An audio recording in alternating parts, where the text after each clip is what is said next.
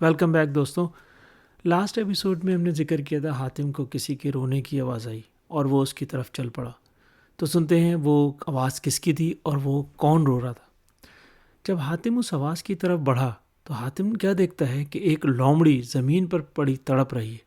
حاتم نے پوچھا کہ تمہیں کیا ہوا ہے؟ اس نے کہا اے مسافر، اللہ تمہارا بھلا کرے. جو دوسروں کے درد تم دیکھتے ہو اور دوسروں کا دل تم رکھتے ہو. بات یہ ہے کہ ایک پاس کے گاؤں میں ایک آدمی رہتا ہے، ایک شکاری. وہ میرے بچوں کو پکڑ کے لے گیا ہے. اب یہ صدمہ مجھ سے برداشت نہیں ہوتا. حاتم نے لومڑی سے کہا تم میرے ساتھ چلو اور تم دور سے اس کا مجھے گھر بتا دو. باقی بچوں کو چھڑانا میری ذمہ داری ہے. لومڑی نے یہ ہمدردی دیکھی تو اٹھ کر حاتم کے قدموں سے سر ملنے لگی. پھر اسے رستہ دکھانے کو ساتھ چلی. گاؤں میں پہنچ کر لومڑی نے دور سے اس شکاری کا گھر دکھایا اور خود ایک پیڑ کے نیچے بیٹھ گئی. حاتم اس شکاری کے گھر پہنچا. دروازے پہ دستک دی. شکاری باہر آیا تو حاتم نے کہا اے بھائی، میں بڑی بیماری میں مبتلا ہوں. میری بیماری لومڑی کے خون سے جا سکتی ہے. اگر تمہارے پاس لومڑی یا اس کے بچے ہوں تو مجھے دے دو. اس نے لومڑی اور بچے حاتم کے حوالے کر دیے.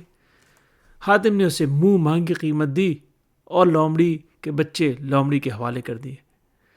لومڑی نے حاتم کو بہت دعائیں دی اور چلتے ہوئے لومڑی نے ایک چیز حاتم کو دی. وہ چیز کیا تھی؟ لومڑی نے کہا یہ پتھر ہے، تم اپنے پاس رکھو. جب بھی تمہیں کوئی مشکل پیش آئے تو تم اس پتھر کو زمین پہ مار دینا، تو پھر وہ تمہیں اس مشکل سے نجات دلا دے گا. اب حاتم پھر برزخ کے جزیرے کی طرف چل دیا. ایک دن دیکھا کہ دور پانی کا چشمہ چمک رہا ہے. حاتم بہت پیاسا تھا، اسی کی طرف بڑھا. پاس جا کر دیکھا تو چشمہ نہ تھا بلکہ چاندی کی طرح چمکتا ہوا سفید سانپ تھا جو کنڈلی مارے بیٹھا تھا. حاتم اسے دیکھ کر واپس ہو لیا. اتنے میں کسی نے آواز دی اے جوان، تو لوٹ کیوں گیا ہے؟ حاتم نے مڑ کے دیکھا تو سانپ پھن اٹھائے اس سے مخاطب تھا. حاتم نے کہا اے خوبصورت سانپ، میں نے تمہیں تو پانی کا چشمہ سمجھا تھا. پیاسا تھا، دوڑا چلا آیا. اب پھر پانی کی تلاش میں جاتا ہوں. سانپ نے کہا فکر نہ کرو، یہاں تمہیں سب مل جائے گا. یہ کہہ کر سانپ رینگنے لگا. حاتم پیچھے پیچھے چلا. تھوڑی دیر بعد دونوں ایک باغ میں جا پہنچے. یہ باغ بہت ہرا بھرا تھا. خوبصورت پودے پھلوں سے لدے کھڑے تھے. بیچ میں صاف شفاف پانی کا ایک حوض تھا. اسے دیکھ کر حاتم کا دل باغ باغ ہو گیا. حاتم تو باغ کی سیر میں کھو گیا اور وہ سانپ حوض میں کود پڑا. ذرا دیر میں پری زاد حوض سے نکلے. ان کے سروں پر قیمتی ہیرے جواہر کے خوان تھے. وہ لا کر انہوں نے حاتم کے آگے رکھ دیے اور کہا ہمارے آقا نے یہ آپ کے لیے بھیجے ہیں. ذرا دیر بعد ان کا آقا بھی آ گیا. خوبصورت جوان تھا. بہت سے خادم اس کے ساتھ تھے. آ کر حاتم کے گلے ملا. حاتم نے کہا اے مہربان، تم نے مجھ پہ بڑی عنایت کی، مگر یہ تو بتاؤ تم کون ہو؟ نوجوان نے جواب دیا تم سفر کے تھکے ہارے ہو، ہاتھ منہ دھو کر کھانا کھا لو، پھر باتیں ہوں گی. وہ یہ کہہ ہی رہا تھا کہ دسترخوان بچھ گیا اور اس پہ طرح طرح کے کھانے چن دیے گئے. دونوں نے سیر ہو کے کھانا کھایا.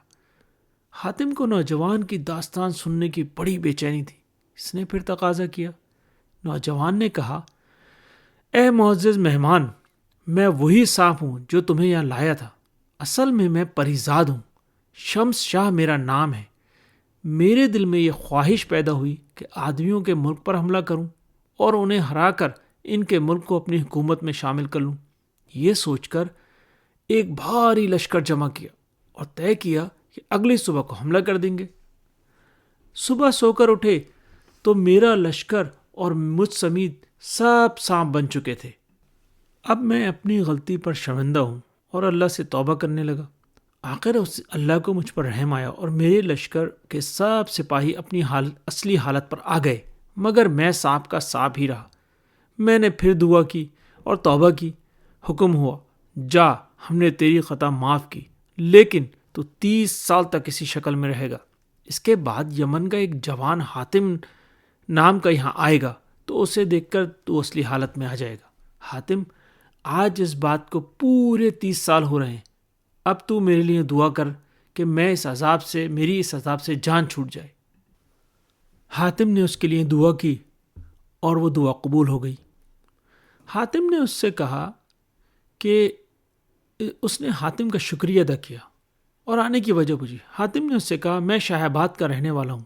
اس وقت میں برزخ کے جزیرے جا رہا ہوں تاکہ مرغابی کے انڈے کے برابر موتی لاؤں. شمس شاہ نے کہا بھائی یہ بہت مشکل کام ہے، تم اس سے باز آ جاؤ، اس جزیرے کا راستہ خطروں سے بھرا ہوا ہے. حاتم نے کہا میں خطروں سے گھبرانے والا نہیں، جس کام کا بیڑا اٹھا لوں وہ کر کے ہی رہتا ہوں. میں برزخ کے جزیرے ضرور جاؤں گا چاہے کچھ بھی ہو.